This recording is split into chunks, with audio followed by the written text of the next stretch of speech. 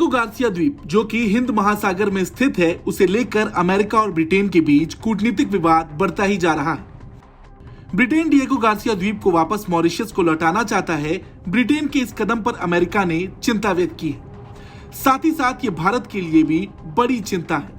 वर्तमान में Diego Garcia द्वीप ब्रिटेन के अधीन है। ब्रिटेन ने 1814 में इस पर पहली बार दावा किया, लेकिन ब्रिटेन अब इसे वापस मॉरिशस को देना चाहता है। यह द्वीप अमेरिका के लिए बहुत ही संवेदनशील एंग्लो अमेरिकी सैन्य अड्डे की तरह काम करता है।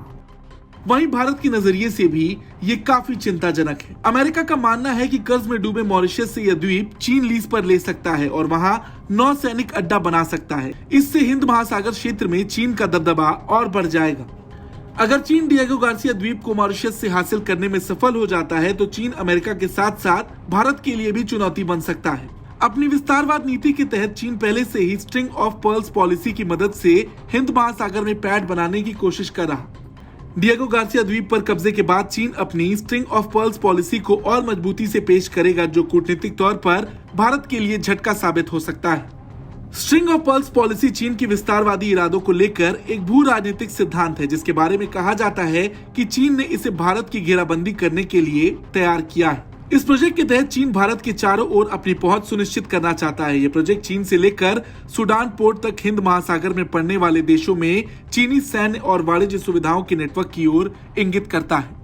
स्ट्रिंग ऑफ पर्ल्स प्रोजेक्ट के तहत भारत के पड़ोसी देश बांग्लादेश के चटगांव में, पाकिस्तान के कराची और ग्वादर पोर्ट में, श्रीलंका के कोलंबो और हम्बनटोटा बंदरगाह में चीन के लिए कंटेनर सहित अन्य सुविधाएं मौजूद हैं। इसके अलावा चीन जिबूती, म्यांमार में भी बुनियादी ढांचे में भारी निवेश कर रहा है।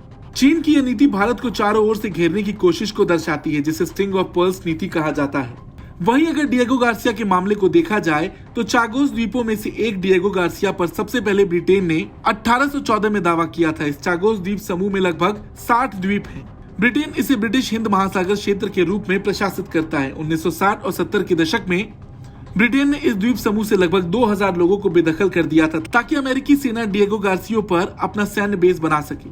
ब्रिटेन ने 1966 में अमेरिका को सैन्य बेस बनाने के लिए अगले 50 वर्षों के लिए इसे लीज पर दे दिया। बेदखल किए गए लोगों को मॉरिशस और सेशल्स में बसना पड़ा, लेकिन ब्रिटेन अब इस द्वीप को मॉरिशस को वापस सौंपना चाहता है। अमेरिका को आशंका है कि चीन इस द्वीप को हासिल करने के लिए मॉरिशस के साथ संपर्क में है और चीन भी यहाँ सैन्य बेस बनाना चाहता। अमेरिका इसलिए भी और ज्यादा चिंतित है क्योंकि मॉरिशस और चीन पिछले कुछ सालों से लगातार और करीब हो रहे। वहीं भारत के लिए भी ये काफी चिंताजनक है। हालांकि भारत लगातार चीन की नीतियों को देखते हुए काम कर रहा है। चीन से मुकाबला करने के लिए भारत ने एक्ट ईस्ट पॉलिसी लॉन्च किया है। इस पॉलिसी का इस्तेमाल वियतनाम, जापान, फिलीपींस, दक्षिण कोरिया, इंडोनेशिया, सिंगापुर और थाईलैंड के साथ महत्वपूर्ण सैन्य और रणनीतिक समझौते करने के लिए किया गया है। भारत ईरान में चाबहार बंदरगाह विकसित कर रहा है। यह बंदरगाह भारत के लिए मध्य एशियाई देशों के साथ व्यापार के लिए एक नया भूमि समुद्री मार्ग खोलेगा। इसके साथ ही साथ भारत अपनी नौसेना को अपग्रेड करने के लिए म्यांमार के साथ एक रणनीतिक नौसैन्य साझेदारी मजबूत कर रहा। खैर, डिएगो गार्सिया एक नई मुसीबत की तरह सामने आया है, जिससे भारत के साथ साथ अमेरिका भी परेशान है। इसे लेकर यह भी कहा जा रहा है कि अमेरिका के ब्रिटेन से संबंध खराब हो सकते हैं। इस पर आपकी क्या राय है, कमेंट करके जरूर बताएं। ब्यूरो रिपोर्ट, भारत तक।